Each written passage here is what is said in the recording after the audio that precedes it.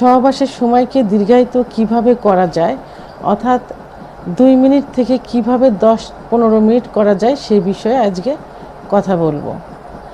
সহবাসের সময়কে দীর্ঘায়িত করার জন্য স্বামী স্ত্রী দুজনকেই ধৈর্যশীল এবং সহনশীল হতে হয়। মাথা ঠান্ডা রেখে যৌন কার্য পরিচালনা করতে হয়। মনে রাখবেন যে আপনি যুদ্ধক্ষেত্রে যুদ্ধ করতে যাচ্ছেন না, জয়লাভ করতে যাচ্ছেন না। আপনি যাচ্ছেন আপনার পার্টনার অথবা স্ত্রীকে সুখ দিতে এবং নিজে সুখ নিতে।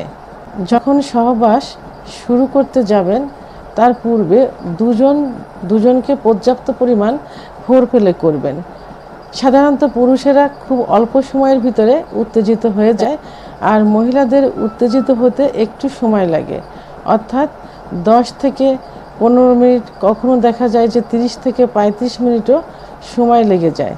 এই জন্য দুজনকে পর্যাপ্ত পরিমাণে ফোরপ্লে করবেন। যখন দেখবেন যে চরম উত্তেজিত হয়ে গেছেন, ঠিক সেই মুহূর্তেই যৌন কার্য শুরু করবেন।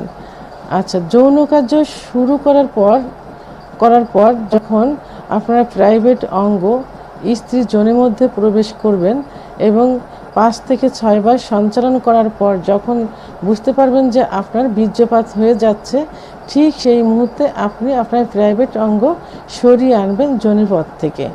স্ত্রী যেন সেটা বুঝতে না পারে। তবে স্ত্রীকে উত্তেজিত অবস্থা থেকে সরিয়ে আনা যাবে না, তাকে পর্যাপ্ত পরিমাণে ফোরপ্লে করবেন। যেখানে ফোরপ্লে করলে সে উত্তেজিত অবস্থায় থাকে, ঠিক সেখানেই ফোরপ্লে করবেন এবং কথা বলবেন, গল্প করবেন।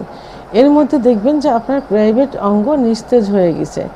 তো আবার যখন নিস্তেজ অবস্থা থেকে আবার শুরু করার ডিসিশন নেবেন, তখন মন মানসিকতা সেইভাবে তৈরি করবেন। তবে যৌন কার্য পরিচালনার পূর্বে অর্থাৎ সহবাসে আসার পূর্বে আপনি কিছু খাবার খেয়ে নেবেন, যেমন 1 গ্লাস কুসুম গরম দুধ, 1টা ডিম, 1টা কলা, 2টা খেজুর, 2টা কাজু বাদাম। অন্তত সহবাসের 1 ঘন্টা আগে এইগুলো খেয়ে নেবেন, তাহলে আপনার এনার্জিটা বেড়ে যাবে। যখন দেখবেন যে আপনার ওঠানামা করতে অর্থাৎ থেমে সহবাস করতে যখন দেখবেন যে আপনার প্রাইভেট অঙ্গটা নিস্তেজ হয়ে গেছে, আপনি যখন আবার মন শুরু করবেন যে আবার শুরু করব, ঠিক আবার উত্তেজিত হয়ে যাবে। এই জন্য খাবারগুলো 1 ঘন্টা আগেই খেয়ে নেবেন। তো যখন প্রাইভেট আবার যৌন কার্য পরিচালনা করবেন, তখন আবার সেইভাবে নিজেকে প্রস্তুত করে যৌন কার্য শুরু করবেন। আবার 5 থেকে 6 বার সঞ্চালন করার পর যখন আবার বীর্যপাত হওয়ার সম্ভাবনা হবে, ঠিক তখন আবার এইভাবে বের করে ফেলবেন। স্ত্রীকেও সেভাবে ফোরপ্লে করতে থাকবেন। এভাবে পর্যায়ক্রমে কয়েকবার করলে দেখা যাবে যে 10 থেকে 15 মিনিট আপনি হাতে সময় পেয়ে যাবেন।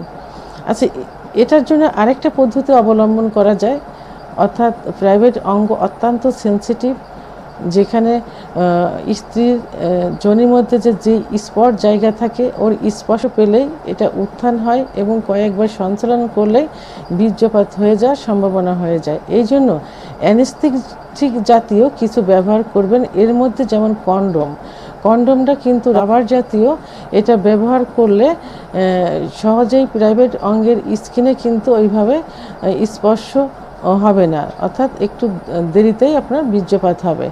আবার আপনি এটাও করতে পারেন, অ্যানেস্থেটিক জাতীয় ভ্যাজলিন অথবা জেলি ব্যবহার করতে পারেন।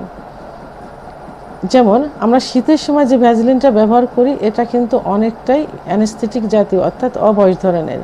এই ভ্যাজলিনটা আপনি ব্যবহার করতে পারেন। এটা প্রাইভেট অঙ্গের আঘাত থেকে অর্থাৎ অগ্রভাগ থেকে মাঝপথ পর্যন্ত ব্যবহার করবেন এবং যৌনমেলা যাবার পূর্বে একটু ধুয়ে নিতে পারেন। যদি একটু চুলকায় তাহলে অবশ্যই অ্যালার্জি জাতীয় একটা ওষুধ খেয়ে নিতে পারেন।